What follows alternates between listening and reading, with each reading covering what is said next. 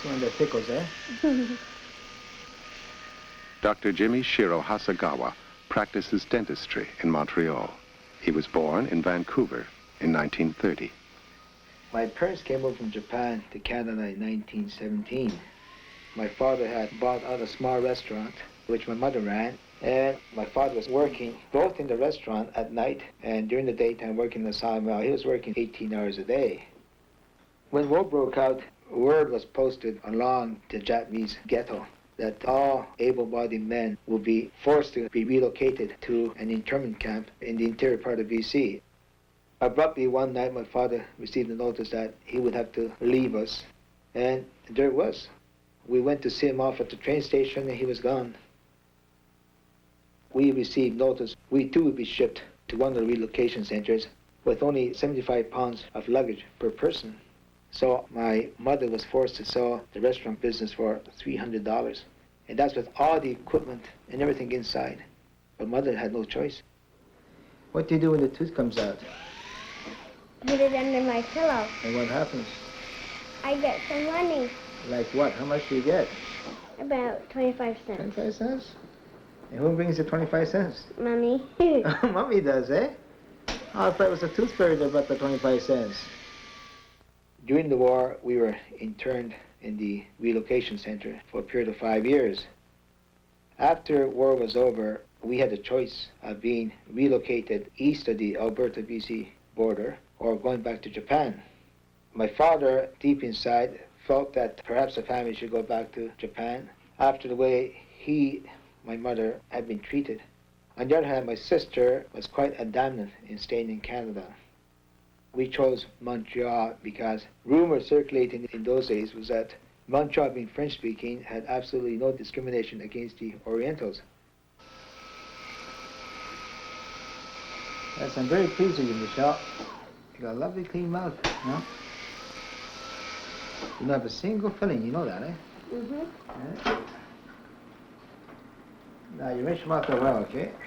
We arrived here, I think it was May of 1946, and there was absolutely no money in the family coffers to allow me to go to school.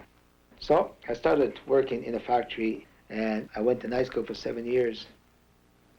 I liked tinkering around with mechanical things, and I may have had an inclination towards becoming a mechanic until one day I took a course in vocational guidance with tests for manual dexterity. I just sat there, just nervous as hell, and suddenly I blurted out with the top of my voice, "No, I want to do it, I want to do it." After the evening session was over, she called me over to the side and asked me if I had ever considered going into the jewelry business or into dentistry. And this is how I got into dentistry. Okay, I'm going to put fluoride on your teeth. I got 2 flavors, grape and orange. Which one would you like? Grape. Grape, okay. Grape it shall be. The field of dentistry may look easy, but it's a field in which there's a tremendous amount of tension. You're working with people all day long. You're always moving with your hands. And I think that you can get the highest degree of eye, hand, or mind, body coordination when you're physically fit. Through my athletic background, I've always tried to keep myself in a half-decent physical shape. Okay, the 4 minutes is up now, okay? I'm going to take this out now. Okay, keep it open there. Okay, how was it? Fine. Was it yucky?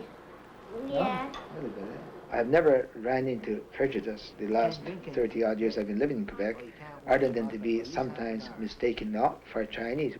Well, mind you, they say all Orientals look alike. My children do not consider themselves Japanese at all. I'm very happy to know that they have absolutely no feelings like we have had of being discriminated against, and that they feel they're total Canadians at all times. Few times the gums around here get loose. Yeah. Like they start wiggling. Wiggling, that's right. You know why, eh? Because the teeth are coming in. They're not completely in yet. But you're only 7 years old. Uh-huh. I think there's still time for the teeth to straighten out. I enjoy doing what I do. And I know for sure, if it hadn't been for this one little evening back in 1952, and something inside me told me to stand up and yell out, "No, I'll do it," I think I would have ended up running the garage today. Good girl.